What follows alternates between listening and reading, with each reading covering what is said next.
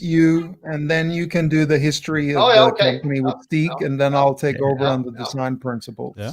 yeah. All right. Welcome back, Okay. everybody. Day 3 of the Hi-Fi Summit. And right now we've got Michael Vamos from Audio Skies and John Larson from Larson Speakers. What is going on, everybody?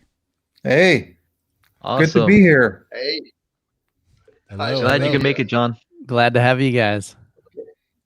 Yeah. All right, we're waiting for everybody to get in here.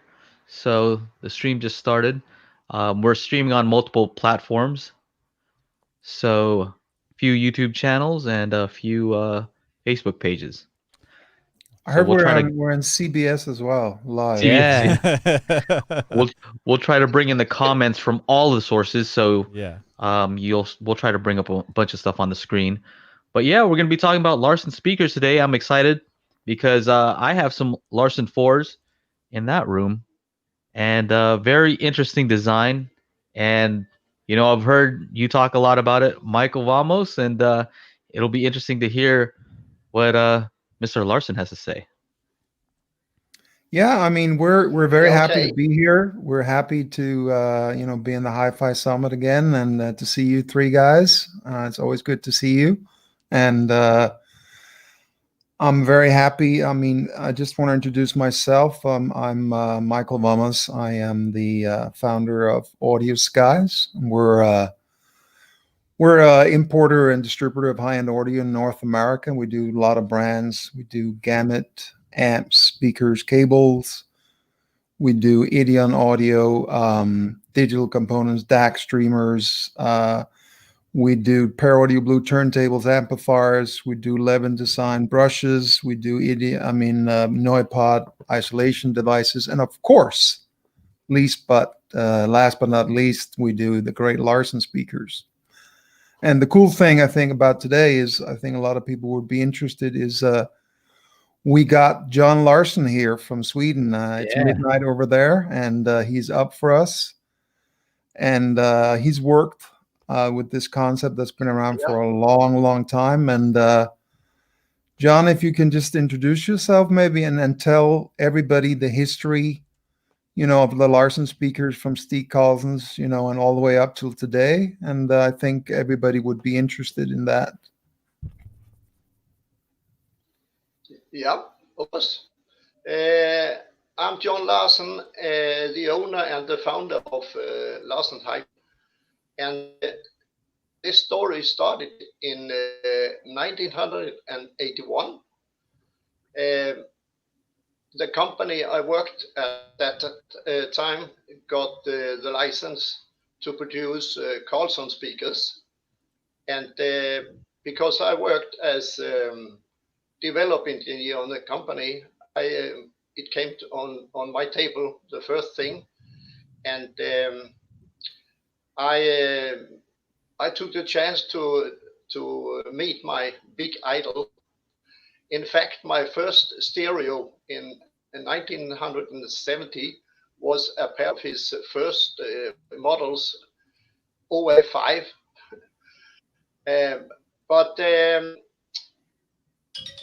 I met Stig Carlsson, and we came really good along. And the first model we started with was OA51. And a few years later, OA50 and 52 came. And if we go further into, I must mention that Stig Carlsson died in 97, 71 years old in 97. And after that, I started to develop my own brand with two guys helped me, Stefan Björklund and Anders Eriksson.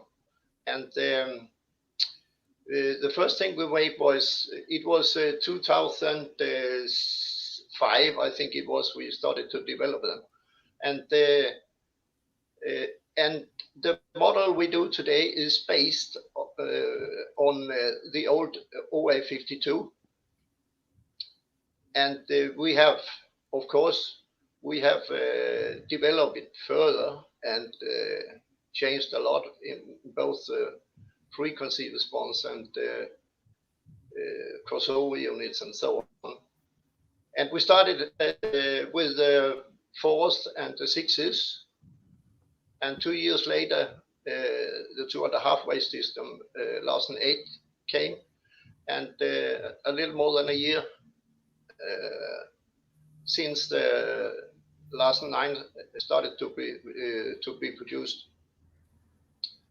So that's in short terms what how the development has gone. And I think that Michael will explain a little more about the speakers.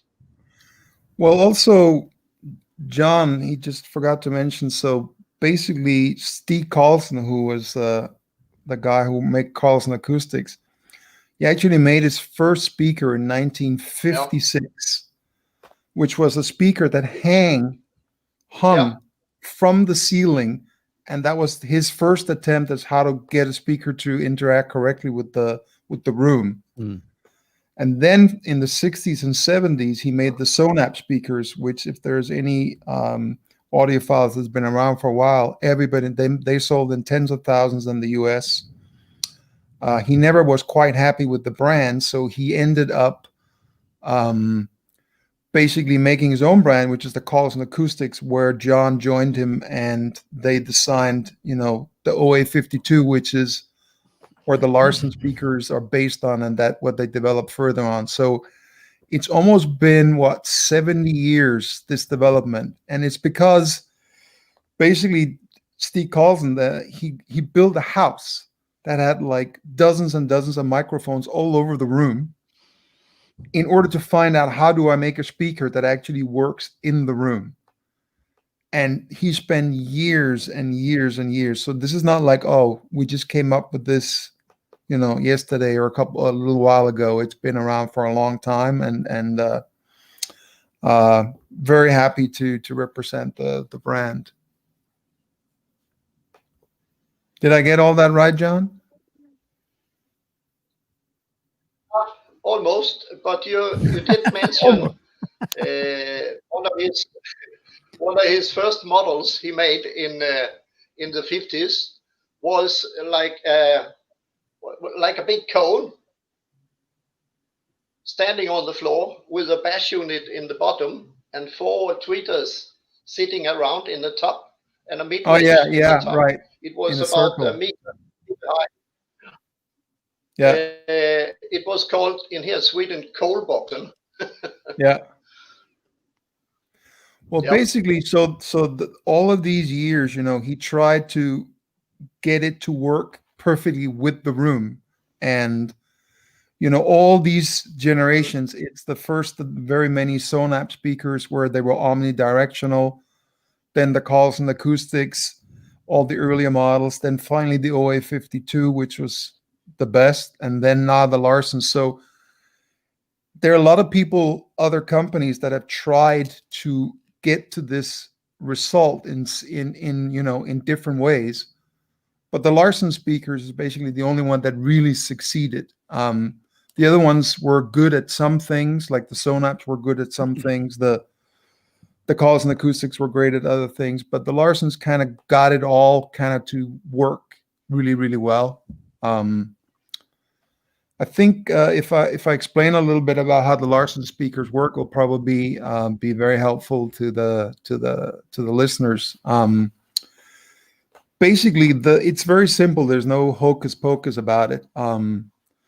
If you take a laser pointer and you sit in your room and you put a mirror on the wall and you point it into the mirror, the beam is going to be reflected somewhere.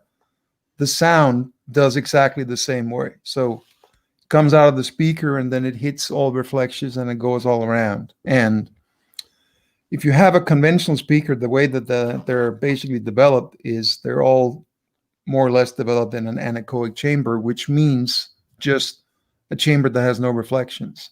Now, this is a great, in an ideal world. The only problem is that everybody has actual walls in their living room. Like I don't know anybody that doesn't have walls, which means that in theory, it's a perfect speaker, but it doesn't work the way it should in a room that has walls. So basically what you have to do is get the speakers away from the walls. You have to eliminate all the early reflexes, the ones from the back wall, the ones from the side walls, from the floors. Every early reflexes basically means, I think it's 0.02 milliseconds. If the signal arrives to your brain that fast after the direct signal from the speaker, the brain can't tell the difference between the direct sound and the reflected sound. So it will think it's a distortion. And what happens is it basically screws up your sound stage, and you get the brain goes, wait a minute, this is not, I'm hearing sounds from two places at the same time. So, and I'm not knocking conventional speakers because we're a distributor and we distribute conventional speakers, but they do have to be set up properly. You do have to have a room where you can accommodate it. I think one of the great advantages of Larsen speakers is a lot of people would have a sofa somewhere where that's where their sofa goes, and they want to put the speakers in front of the sofa. Mm-hmm. Well, it won't work like that. You put the speakers where they need to go, and then you need to move the sofa where the speakers are. If you do it the other way, you're basically not getting the potential out of the speakers that you could get. And so basically what Stig Carlsson and what John Larson has continued is that it basically, how do we find out how to make a speaker that we can predict how it will work in any given room? And the only way you can do that is if you find out where's the first reflex coming from. And the only way you can find that out is I put it against the wall. Now I know there's a reflection right behind me right away. Now, if I use the right drivers, make the right crossover, I reflect and absorb certain, early reflections, et cetera, the angle of the drivers. If I do all that, I now have a speaker that has eliminated all the problems that a conventional speaker has. So it's very smart because if you, we can actually see it behind John. There's a top of a pair of Larsen 9 speakers. So basically, you have the absorbers there. Yeah, so the drivers are angled like this, each of them. They're mirror images of each other. So they're angled slightly upwards, and slightly inwards towards the listener. So that means there's no reflections from the side walls. There's absorption material behind them and below them, so there's no reflections from the floor or the rear wall. And because the speaker is right there, and if you make the crossover correctly, you now have correct bass, because we know the wall is there. So it's not like the bass is 6 feet in front of it and then it's reflected from the back wall afterwards. No, it will be the correct bass every time. So all you have to do is put it against the wall and not have it in the corners. You have now eliminated all the early distorting reflexes.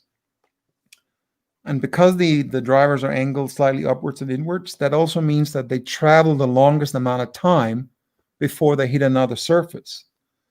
Now, the advantage of that is now you only have late reflections, but those are natural. Like, they're supposed to be there. They are there if you go to a concert hall.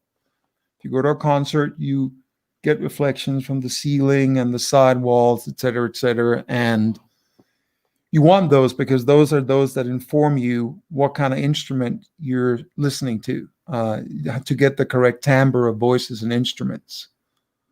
If you would go into a cave and you would yell, and there's no echo, the brain goes, wait a minute, there's supposed to be an echo here. Something is wrong. So late reflections is natural, and we need that. So basically what happens when you have the Larsen speakers is you have eliminated the early reflexes, distorting reflexes, and you have correct bass at the same time. And because you are right against the wall, you can now get a lot deeper and tighter bass from from a relatively small cabinet. I don't know if we can see it in my picture, but behind me, yeah. So those are Larson's 4s. They're only 30 inches high, but they play under 30 hertz from a 6.5-inch woofer. So that is really impressive for the size of the cabinet, and it's tight, deep bass. It's not boomy. It's not.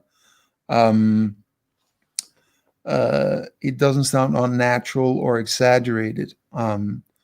So basically, I think why this design is so helpful is besides the fact that they sound really great, even if you don't consider that you don't need to sound treat your room, and you don't have to learn how to set up speakers, and you don't have to arrange your living room totally because your speakers occupy a fourth of your living room.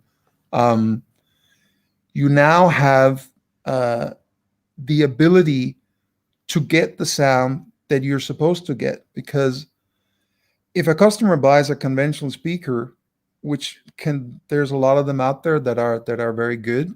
If they're not set up correctly, you won't get the potential out of them. And we see a lot of pictures from people that post to us on Facebook and Instagram.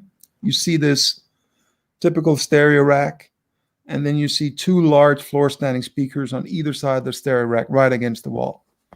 And I don't have to go to listen to the system. I know that there's a problem with the bass in that system.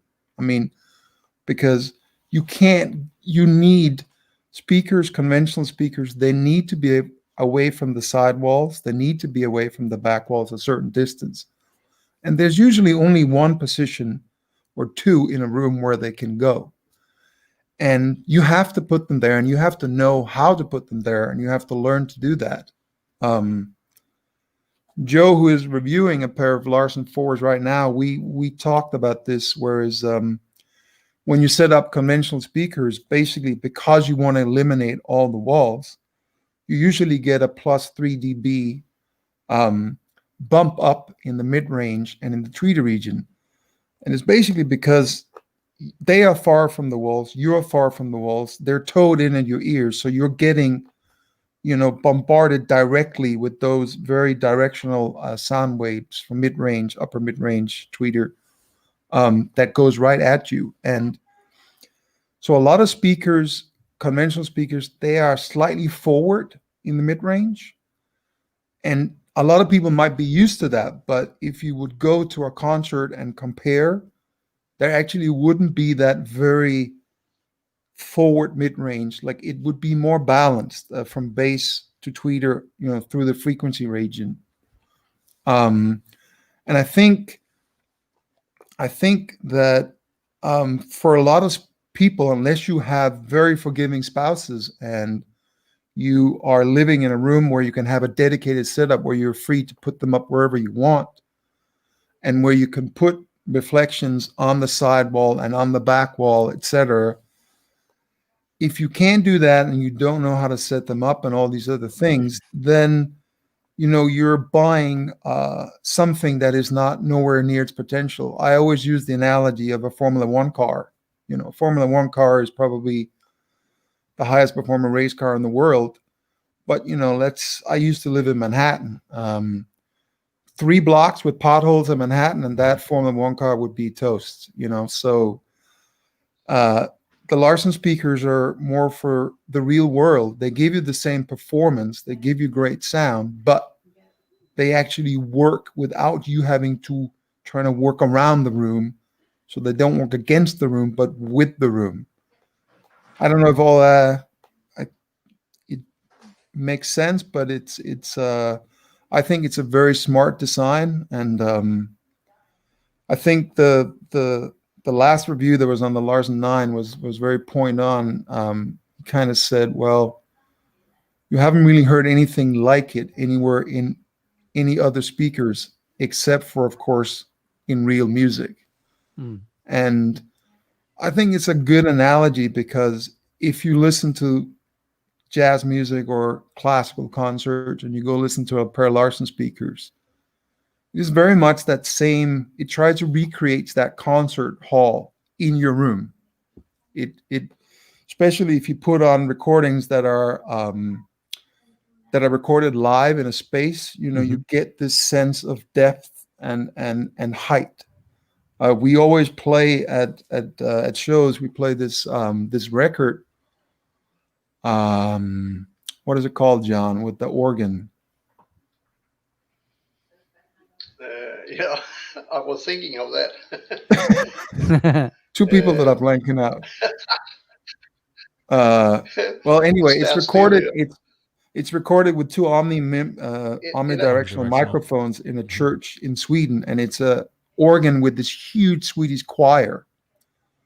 And it starts pretty quiet, and suddenly the whole choir comes in, and if you close your eyes, it's like being in the church. You can hear how high, really high, the stone, how huge it is.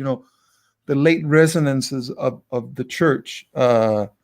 It's really amazing when you listen to that. You can get transported, and I think that's what I know that we also distribute conventional speakers, but I think a lot of speaker manufacturers, and this is not to diss any other brands at all, but they don't talk that much about the room and how much the room affects the sound. And it really does. I mean, it's like saying that the road that you drive a car on doesn't matter whether it's gravel, racetrack, or normal potholes in the street. I mean, it makes a huge difference to the performance of something. And so basically, with a lot of conventional speakers, you have to find the knowledge. You have to learn or have someone do it who knows to set them up. And if you can do that, then they are great speakers. There's no doubt about that. But the Larsen speakers kind of solves all those problems in advance. So you don't have to learn. You don't have to buy sound treatment. And you just put them up against the wall. There was one review that wrote that I was one of the happiest distributors in North America. And he speculates, well, it's probably because it only takes him 10 minutes to set up his speakers and everybody else have to spend 5 hours. Sure. And it's kind of true. We kind of, John and me, we go into a room like, okay, what do you think about this distance? We sit down. All right, let's move the sofa, a foot back. All right, we're good. All right, let's go to lunch. It's kind of that easy. And I think, when you're buying something that's a high performance, will be like, I don't know, buying a Ducati race bike and you try to do the suspension and the tire pressure yourself, but you have no idea what it should be for your weight or for your drive. So this way, I think it's much more hands-on. And there's there was actually Joe who reminded me of this. One of the very cool features that a lot of our customers like about the Larsen speakers, which I also personally prefer, is I love to listen to music with other people, not just by myself. Sure. So with regular conventional speakers, you're a little bit locked, like in this kind of like wearing headphone vice. So if you're off to the side, you don't really hear one channel. You might lose one channel. So the Larsen speakers, you don't have to sit optimal position, of course, always in the middle. But if you're off to the side, you can still hear both sides of both speakers. You still get great imaging. And the reason for that is if you're sitting right in front of the left speaker of a Larsen pair of speakers, like that one over the left one over there, if you were sitting in front of that, like 6 feet out, you would be closer in distance to that speaker than to the one on the right side. But because of the angle of the drivers, you would be now in the direct path of the right speaker. So the image kind of gets corrected for you by the speakers, regardless of where you are. So you can kind of sit anywhere you want. You can even move around. So you're not like, you go up and pour a glass of wine and you're like, hey, wait a minute, what happened in the right speaker there? I got to go back, rewind. So I think there's a lot of real world advantages besides just great sound. And if anybody has that are listening has any questions, I'm sure that Joe is looking at them, and we'll come to them and explain during anything Yeah, I think we lost specific. John though. Huh? Yeah, it looks like we I lost think we him. lost him. Maybe his battery died on his phone. We lost John. Yeah, I don't know if his battery died on his phone or Maybe laptop, he but went for a glass of wine. maybe. Maybe he heard you talking about wine. I heard someone saying before that an audiophile's life is very solitary. You got the really nice, expensive speakers, one chair. So it's good to see, like with these Larsons, that everyone can experience good sound no matter where they're sitting. It doesn't have to be right there, smack dab in the sweet spot. Yeah, I agree. And I also think one of the reasons maybe a bit why it's solitary is because, well, let's say your friend next door has $100,000 system, right? Every time you come visit, you're sitting off to the side. He's sitting in the center position. Whoever one of them is always going to be unhappy. One is like, wow, Yeah. this sounds freaking great. And the other one is like, Eh, yeah, right. okay. I'll go to the bar, you have fun. So I mean, so I think, and also a lot of people that we talk to, people that have like these living rooms where the kitchen is in the back. Mm-hmm. So I heard from a lot of our customers that bought the speakers, they're standing cooking and they're moving a little bit around, but it kind of fills the room. It's not like here, it's like at a concert hall. If you go to a good concert hall, you can sit in the center, you can sit to the left, you can sit to the right, you can sit in the back. There's great sound everywhere. You're not like, oh, I'm losing something. Right. Yeah. Yeah, I would say when I was testing these out, the first thing I noticed was that the sweet spot, the stereo image didn't break, if I moved left and right. Whereas like, some good speakers can kind of do that, Yeah. right? Once you start getting to extreme angles, that image is just going to completely break. Versus with these, if you move to the right, it's just like it skews. Yeah. Right. Center image stays in the same place, and it just kind of, your angle of it kind of skews. But yeah, that was very interesting. Let's see here. What comments we have here? Well, I can also talk a little bit about the differences. So if someone doesn't have just some tips for people out there that have conventional speakers, that they're not buying Larson speakers. So one thing that everybody should do if they have conventional speaker is you got to get rid of that first reflex in the wall.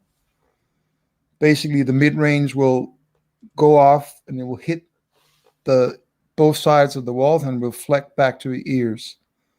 Just need some soft material, to cover the wall, maybe like 3 feet wide by 6 feet tall. Hang it around the height of the middle and the height of the mid-range driver. Could be a curtain, fabric, canvas, anything, books, bookshelves. That will make a big difference. And a nice thick rug in front of the speakers also is really good to get rid of the reflex off the front floor. This is a good question. What happens if you have a treated room and you use these speakers? Nothing bad happens. The only thing that you shouldn't do with any speakers, that's regardless of brand, is you never want to over dampen your rooms. There are two different kinds of sound treatment. Mm-hmm. One is you're getting rid of reflections, and one is you're trying to dampen, which means it basically sucking up sound waves. So there's some dealers out there. I don't know, some of your customers probably have been. If you go into a room, this is a little what I talked about earlier. If you go into a cave where there's no echo, right? If you go into a dealer's room that is overly absorbent, like they have thick carpets, they have thick absorbers in all the corners, the ceilings, all the walls, it sounds dead. Mm-hmm. What happens with too much absorption, that is that all the dynamics gets trapped inside the absorption material and just gets transferred into heat. And it sounds dead. Now, the biggest difference between live music and playback music is dynamics. If I take my guitar right now and I just string the guitar softly, there's an enormous amount of dynamics. and too much dampening will kill the dynamics, and then it won't sound alive. It won't be exciting, visceral. It would be pretty, and there might not be any bad sound, but it ultimately will be boring. There's a few speaker manufacturers that put a lot of dampening materials inside their speakers, and the same problem comes. You get a very good sound, but there's no dynamics. And I'm sure that both of you has heard places, dealers or rooms at shows where it's just all sucked up. So you can have sound treatment. If it sounds totally dead when you talk, unnaturally, then it's too much. Yeah. Yeah. I think it would be good to go ahead, Chana.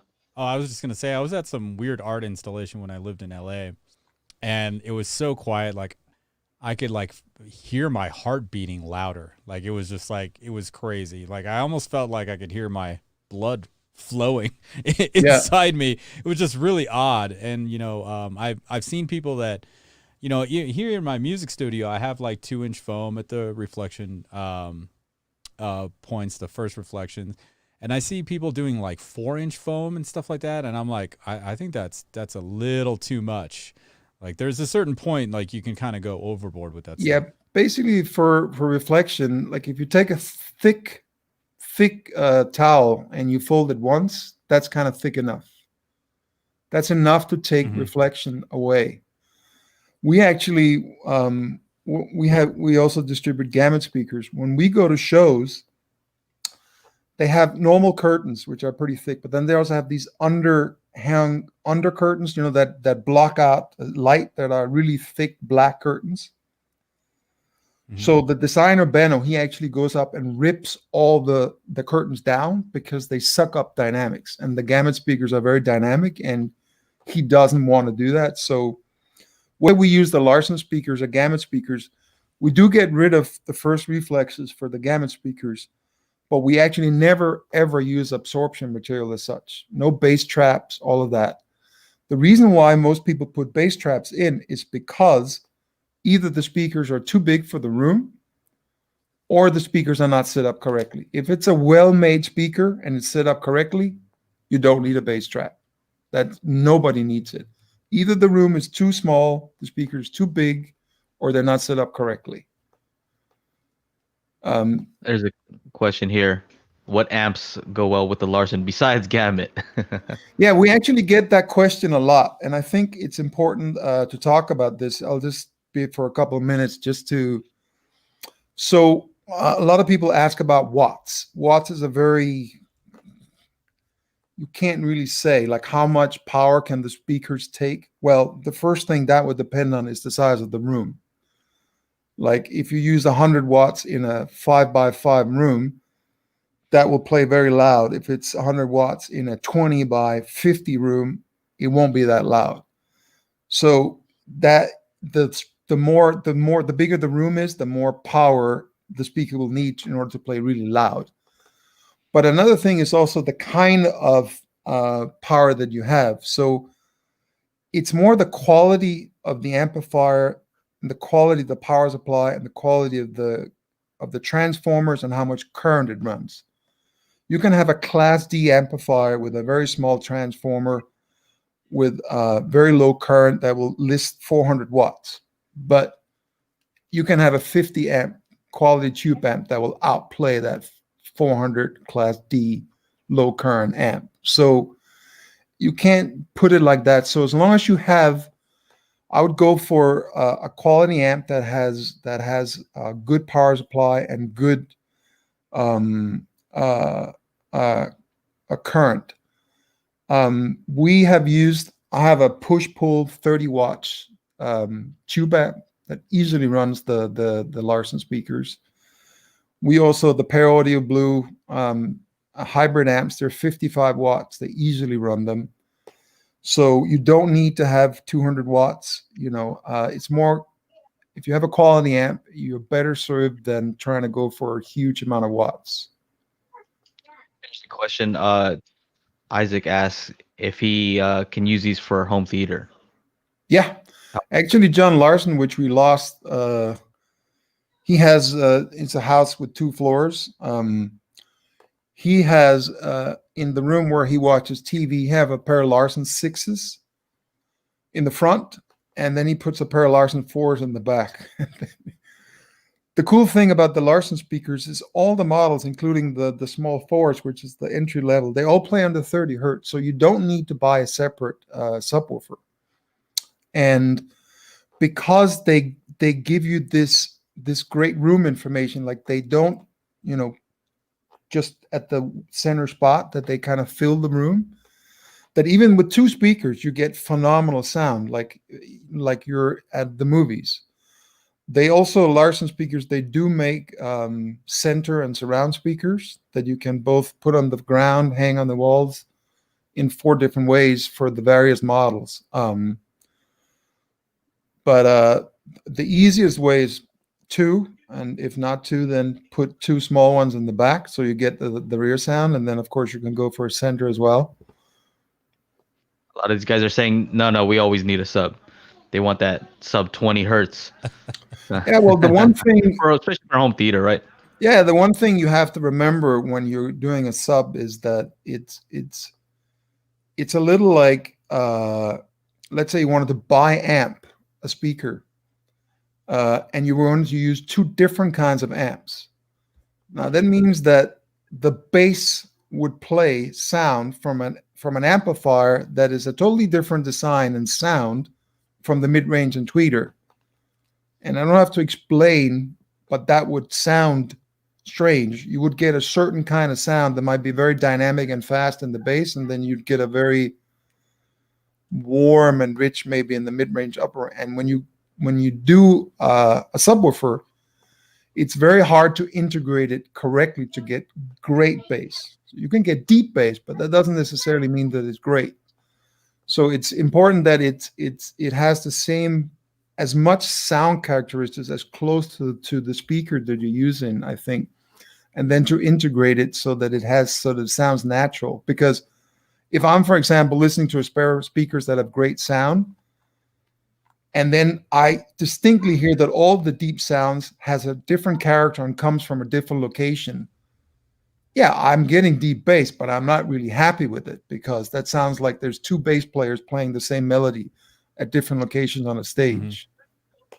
Yeah, definitely have to integrate it and balance it out. Yeah, all I'm saying is it's not as easy as let me just go buy one and plug it in and now I'll have great bass. Totally. Yeah, definitely. But you're saying that the Larson 4s have a 6.5-inch driver? Yeah. And they play down to 30 hertz? 28. 28. That's pretty remarkable. Yeah, so one of the things that they do is, right, first, of course, you have the Larson speakers actually use really, really good drivers. It's very high quality ScanSpeak drivers. The Larson ScanSpeak tweeter and what a Sayas woofer, right? Yeah, the Larson 6, which is only $4,000, uses the same drivers as Wilson and Sonus Faber, but they are $15,000. So it's the only speaker that I know under $10,000 that uses such good drivers. But the point is, if you get a good driver that already can make good sound, what you can do if you make the crossover, it's pretty complicated in the Larson speakers, is that because you have the wall right there, you're getting a certain between +3 and +6 dB bump in the bass. Now you can do the crossover and tune the driver to actually create a deeper bass from a smaller cabinet. If I was going to place the same driver in the same enclosure, but in a conventional speaker 6 foot off the ground of the wall, my response would now be, okay, now I'm playing maybe 36 hertz. And if you put it close to the wall, the front wall, then people will think, well, why don't I just take my front firing speaker and put it against the wall? Well, because now it will become very boomy, bad bass. So the smart thing about the Larson speakers is that the bass is correct. You don't have to figure out, okay, 1 inch forward, no, 1 foot more forward. Just slap them up against the wall. These have to be against the wall, though. That's what I noticed also. Is like if you pull them away and you try to do what you do with a normal speaker, then the bass really Right. go Yeah, down yeah. because they're That designed makes to be sense. near a wall. If you move them more than 3 inches against the wall, then you start losing more and more deep bass the further you pull them away. But it also It's defeats kind of interesting because it's interesting because it was designed to be near a wall, and if you pull them away, then it messes up the bass. Whereas I think conventional speakers are meant to be pulled away from the wall, but a lot of people put them against the wall, yeah. right? Well, we talk to a lot of dealers, and what happens is, so let's say a customer comes out with his wife. The husband goes, I want to get these speakers. Like we had a guy who wanted to buy one of our dealers was a Kef dealer and the Larson dealer. So the husband wants to buy the Kef blades, 32,000. He The like liked the sound. tall, skinny ones, right? Yeah, the ones that had the woofers on the side that Mm, are like a little bit like an obelisk. right. So the husband likes the sound, and the wife. So he takes them home, and the wife goes, "Yeah, that's nice." Up in the corner. Now the customer puts them in the corner where the wife wants them, and the customer calls the dealer. This sounds horrible. Well, they're in the corner. Okay, so you can take them a little, but there's away from the corner. The wife says, but they're still against the wall. The customer says, they still sound horrible. Well, where are they placed? And he sends a picture. Well, did you notice where we had them in our room? You need them way, way further away from the side and the back wall. So, well, my wife won't let me do that. So the guy comes back, he sits down and listens to the Larson 8 speakers. He's like, yep, they sound great. I'll take those. The wife is happy, he's happy. So the Kef speaker is a good speaker, but it needs to be placed correctly. Same as we distribute gamut speakers. You can't stick them against the side wall or in the corner or the back wall. It won't sound good. It just won't. I think it's important to talk about how the angle of the speaker is reflecting off side walls, because I think some people are kind of confusing that with like, kind of like a direct reflect type of deal where you're just firing off speakers all over the place. Yeah, so the Larsen what's the speaker difference? is not an omnidirectional speaker. With an omnidirectional speaker, you do certain good things, but you can't get a real clear image soundstage for you because the sound is bouncing in all kinds of directions. So it's not an omnidirectional.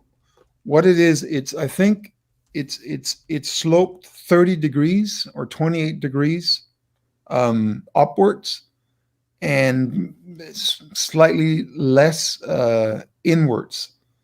So basically, when you're listening, you're having them play where you're sitting. If you would take a laser pointer from the drivers and point straight up, it would hit somewhere above your head, in front of you, slightly above and slightly ahead of you. And because they're angled inwards, not forwards, then there's no side reflection, because normally it would be faced like this, so you would get a reflection off the side wall.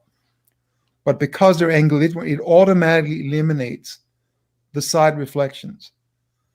And because it's angled inward, there now would be a reflex from the rear wall, but it has absorption material here, right on the inside. It's built into the speakers.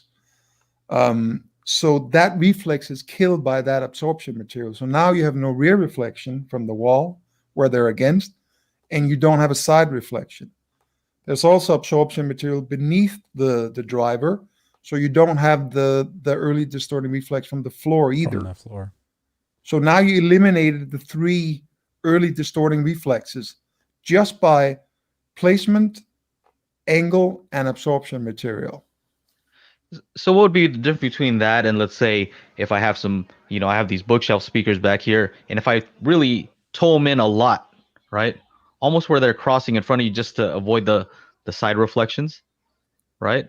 What would be, let's say if I did that and I had some absorption material like right behind the speaker, is that much different? Well, if you can't toe them into, if you toe them in too much, so that, let's say you take a pair of bookshelves, so they're toeing in where it hits in front of you, then the image misses you. Then they're going to sound horrible. Like they have to be pointed at you. You can't point them inward, so you can't tilt them in too much. In which case, inherently, you're still going to have those reflections off the Yeah, side. and the second thing is you then have to. But that's what I said. You can get great sound from a conventional speaker, but the first problem, like the way you set up a conventional speaker, is you first have to set them up for the correct bass. You don't even listen to the mid-range or tweeter at all. So we usually measure the rooms when we're setting up conventional speakers, and we go by prime numbers. And it's measured from the front of the cabinet. And there's only one position where they're going to sound the best. And it's usually a fifth or a third off the back wall, or a fifth or a third off the side wall, which means we're talking, 6 to 8 feet into the room, either way, depending on the size of the room, in a regular room. And that's what you have to do. So if you have your bookshelf speakers, they're going to have the same problem. If your bookshelf is against the wall, there is going to be, boom reflex off the back wall. Even from a bookshelf speaker, you still will have to, even if you cross them over, you would still have to put material behind the speakers. And not just, I don't mean, but you would have to put it for a wide area, because the bass, all the low notes go out like this. So you have to basically get rid of the whole back wall for bass. So you can do it, and that is the best thing you would do if you had bookshelves, is tow them in towards you. But unless you're very far from the side walls, hang a curtain, hang a painting, put a bookshelf over some books. Always the first reflex is if you sit down and you have glass on either side and you listen, if you suddenly put a thick curtain over where those reflexes are, your soundstage goes woof. The center image will be perfect. The soundstage will be huge. You remove it, it gets a little chaotic. You can't really, the instruments get a little askewed and so forth. So I would always try to get rid of the first reflex instead of over towing in. All right. Now, a lot of people, obviously, the look of those, they always say, hey, I've seen those Ohm Walshes. They look kind of the same. I think you may want to address what's different. Yeah, the fours are the only ones. The bigger models doesn't look like that, but these look a little, but it's totally different speaker. And if you would lift the hood off an Ohm Walsh speaker, you could see it's totally different. So where we actually have a specific driver away, like a mid-range woofer driver and a tweeter pointing in towards the listener like this, the Ohm Walsh is omnidirectional. So it's a woofer mid-range driver that's hanging upside down, and it can't be against the wall. It radiates in all directions. Now, some of them have tweeters that are angled in towards you, but the mid-range and the woofer goes omnidirectional, and that means that you don't have a sound stage. I don't think you have a clear image, because it gets thrown everywhere, and it gets thrown right against the rear wall. Yeah, see here, the middle one, if you look at the middle, that's the angle of the speakers. So slightly inwards, slightly upwards towards you. So that would be the right speaker. And the left speaker would be a mirror image that would also be in towards you. The other thing that's interesting about this is it looks like it's an open baffle, but that woofer actually is enclosed, right? Is it? Behind that, yeah. There's like an enclosure behind it. Yeah, it is closed behind, yes. And the Larson speakers are ported, actually. Yeah. And the cool thing is, you're like, where are they ported? Right here. It's actually an upward firing port inside. But just to finish with the difference between the Ohm Walsh, so even though they look the same, the Ohm Walsh is a totally different design. It's an omnidirectional speaker, and it will not have.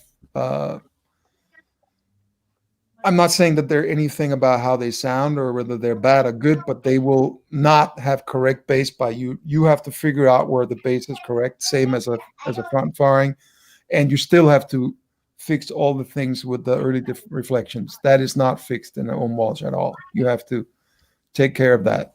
Hey, we have John Back. back. Where he's back.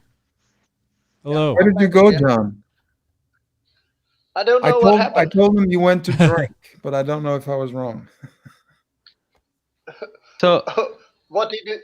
Yeah. Okay. I have a question for you, John. Yeah. So I've heard Michael Vamos talk a few times about how there's a bump in the mid range with conventional speakers. I'm not understanding that fully, and how you guys compensate for that with the Larson speakers.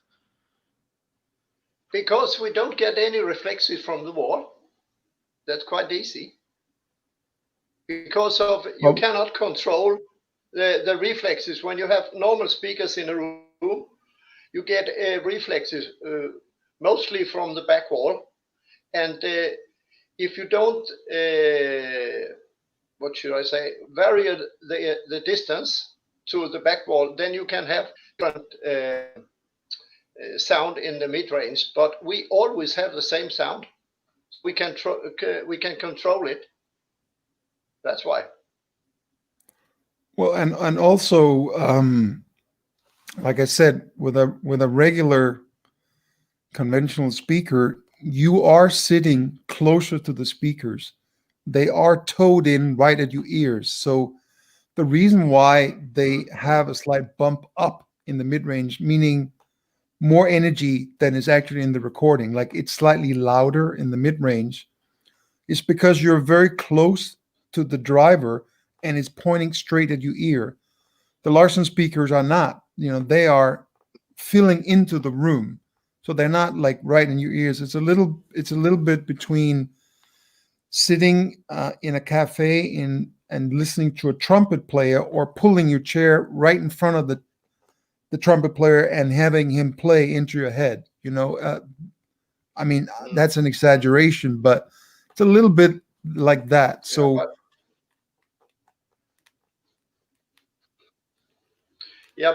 but that's why you don't control it as we do. I mean, the speakers are always in the same position, and that's what Mr. Green mentioned in his review, the reflect-free zone. That he means that the speakers are always placed against the wall, and they will always have the same frequency response. It don't vary us, because of when you have normal speakers, you can place them wherever you want in the room, and you are not quite sure what the result would be. Yeah, that was Stig Carlsson was after. He would have speakers for normal listening room.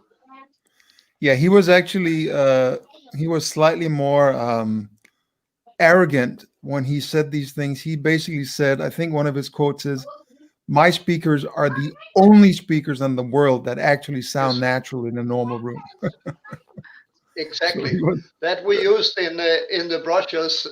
Yeah. My speakers is the only speakers made for usual living rooms or something like that. Yeah. Yeah, that's actually something that I read in one of his papers from before, was that there's something that happens with the mid-range that causes that plus 3 dB bump, and I really didn't understand that. Well, it's basically, if you have, let's say this is the recording and has this much energy normally, right? Because on a conventional speaker, because it's towed in directly pointing at your ear, and because you are close to it, because you have to be, because you got to be. But why only those frequencies? Why not the other frequencies? No, because a bass.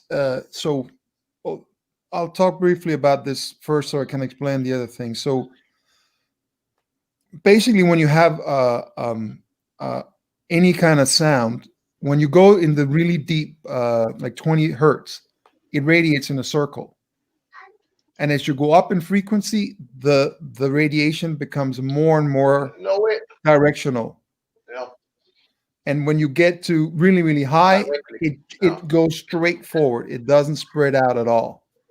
And so what happens is, if you have a conventional speaker, is that you have a woofer that radiates in all directions, even behind it. That's why you get It's bad bass, and it's that's why you have to. omnidirectional. Yeah, it radiates in all directions. In 360 degrees, it Yeah, radiates. yeah. Uh, Mr. So Green mentioned that in his review too about this, because normal speakers in the bottom up to 400-500 hertz perhaps, it would be omnidirectional. yeah, But when you came up in the frequency, it would be more directly firing. But with the Larsen speakers, you have the same pattern all down from the bass and the whole way up. It's a half yeah, wave distribution, you could say. yeah. That's a So difference. That's a so difference. yeah. So basically, instead of when a conventional speaker, which has drivers, the woofer would go in 360 degrees. The mid range would go maybe 180 or slightly less, and the tweeter would go very directional. The speaker now fires Exactly. energy in 3 different ways. And as a listener, you can hear that, wait a minute, this is like there's all these different energies coming towards me that does it in a different way. So when you remove, that's why you have to get the speaker away from the wall so that you are towed in a conventional speaker. And that's why it forces the speaker to point straight at your ears. So because you are closer and because it's pointed straight at your ear, it actually makes the natural energy of the recording, which is this much, to be this much, because you are closer and right in its path. But with the Larsen speakers that are against the wall, all the frequencies, they will all radiate the same way and hit you the same way. So you get this uniform frequency response, from the bottom all the way up to the tweeters. Here's a question Did that that make sense, or did I explain that and John no, horribly? Okay. I'm not Here's sure a if you can question. read that. Yeah, John. So here's a question. didn't- With this design, was Yeah. there a consideration taken for time alignment between the drivers to prevent a cancellation? Once more, I didn't follow you. Sure. Matt asks, with this design, was there a consideration taken for time alignment between the drivers to prevent cancellation? Cancellation of what? Yeah. Yeah, maybe you want to clarify the question.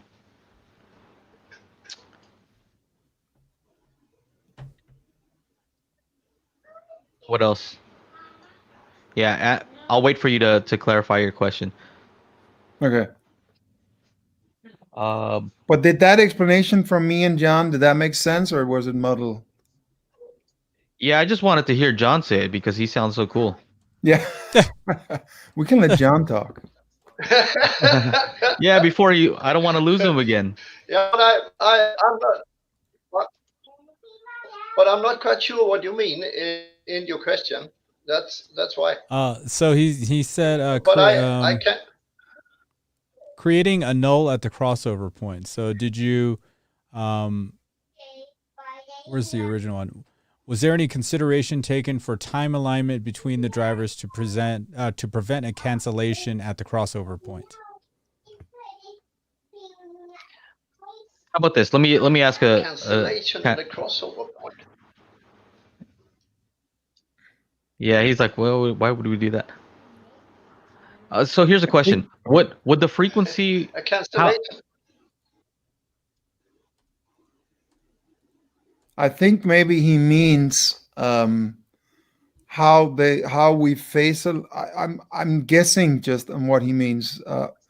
Maybe he's asking about how we phase align the drivers, like going from the mid range to the tweeter. But that's kind of a crossover question, which is how we keep the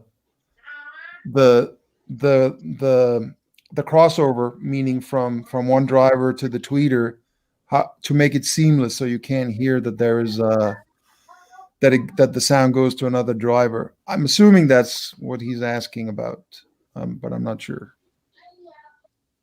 Okay. I really don't know how to answer that because we we just make the crossover unit so you get a smooth. You go smooth from one unit to another. That's the whole point, and everybody do that, I think, or they wish to do that. So here's a question.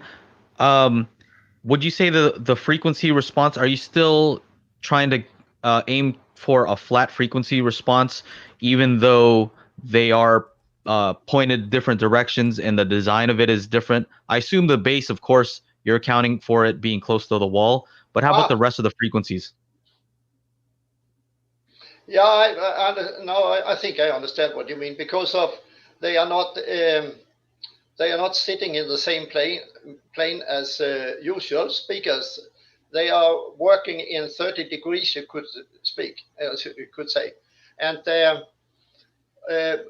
but we consider that, and when we measure the speakers close to the wall. We measure them as they are used.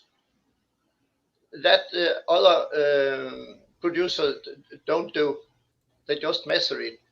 But we measure them when it's close to the wall, and it helps us because when it's placed in another room, it would still be the same. Yeah, and you measure at the listening position and where you're sitting. Yeah.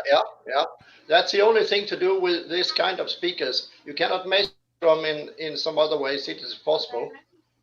Yeah, normally you measure at 1 meter height, 1 meter distance from the speaker, but that becomes you can only use that for development. It's a meaningless measurement once you're actually listening to the speakers because yeah, of course. It's a measurement for just the speaker's performance without any room at all. So exactly. I would say, but aren't speakers aren't rooms different? So if you measure the listening position, wouldn't that be vary more from room to room? How do you account for that? Yeah, but the thing about the Larsen speaker, do you want to do it, John? Yeah.